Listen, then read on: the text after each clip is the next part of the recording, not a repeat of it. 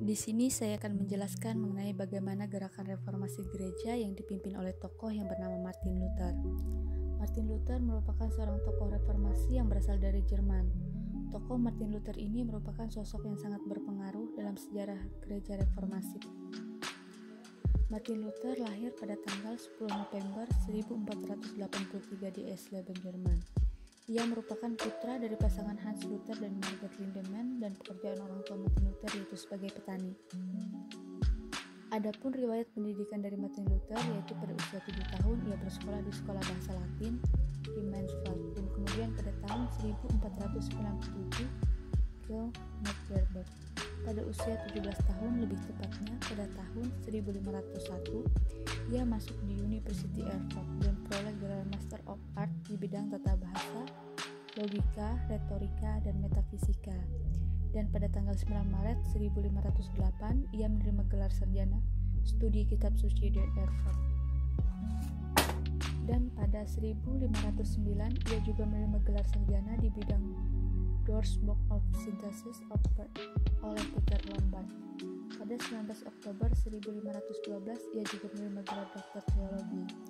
Martin Luther ini merupakan seorang pendeta sekaligus dosen di University Wittenberg pada tahun 1512. Pada tahun 1525, ia menikah dengan seorang perempuan yang bernama Katarina Panbora, yang merupakan mantan biarawati. Dari pernikahan tersebut, mereka dikurniai 6 orang anak yang terdiri dari 3 orang laki-laki dan 3 orang perempuan. Titik awal dari reformasi Luther yaitu pada saat ia mengkritik penyimpangan yang dilakukan oleh gereja, seperti melarang jemaat untuk membaca dan menafsirkan Alkitab kecuali hanya boleh dilakukan oleh kaum rohaniwan. Adanya korupsi dan praktik penjualan surat pengampunan dosa, atau yang lebih kita kenal dengan indulgensi, yang dilakukan oleh pemimpin-pemimpin gereja. Kritikan tersebut dikenal dengan sebutan 95 dalil Martin Luther, yang dimana 95 dalil tersebut ia tempelkan pada dinding gereja Katolik Roma di Wittenberg, Jerman pada tanggal 31 Oktober 1517. Kritikan tersebut ditujukan kepada para pemimpin gereja dan mengajak jemaat untuk hidup sesuai dengan ajaran Kristen, dan menekankan bahwa kepala gereja itu Yesus, bukan Paulus. Martin Luther menekankan 5 ringkasan kepercayaannya, yaitu yang dikenal dengan 5 sola reformasi, yaitu sola gratia, hanya oleh anugerah, yaitu bahwa manusia diselamatkan hanya oleh anugerah Tuhan. Sola fide, hanya oleh iman, yaitu bahwa manusia dibenarkan hanya oleh iman. Sola scriptura, hanya oleh Alkitab, yaitu bahwa Alkitab adalah sungguh-sungguh firman Allah yang benar. Solus Christus, hanya oleh Kristus, yaitu bahwa jalan menuju Allah hanya melalui Kristus. Soli Deo Gloria, semua untuk kemuliaan Tuhan, yaitu bahwa segala kemuliaan hanya bagi Allah. Kritikan dari Martin Luther ini tidak diterima begitu saja oleh pemimpin-pemimpin gereja, dan dalil yang dipasang oleh Martin Luther tersebut mengundang perdebatan, yang dimana Martin Luther berdebat dengan seorang tokoh yang bernama Tetzel dan Johann X, di mana ia dituduh sebagai bidat. Pada persidangan Worms pada tahun 1521, Martin Luther diminta untuk menarik kembali pandangan yang telah ia terbitkan, namun Martin Luther menolaknya. Karena menolak tawaran tersebut, akhirnya Luther dikucilkan dan tulisan-tulisannya dilarang beredar di masyarakat.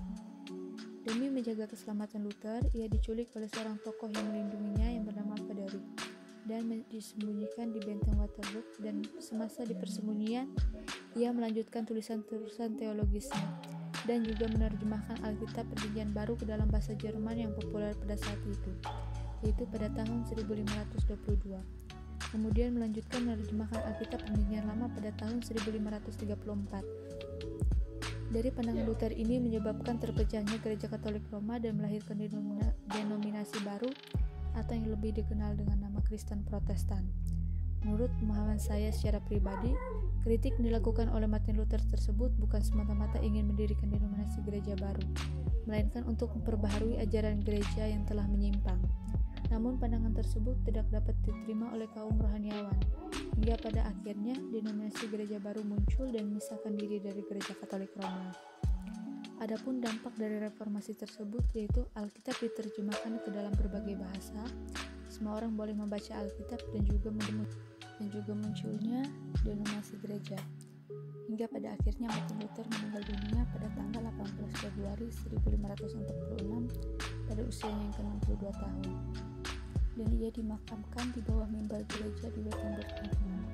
Demikian sejarah singkat Gereja Reformasi Jerman yang dipimpin oleh Martin Luther.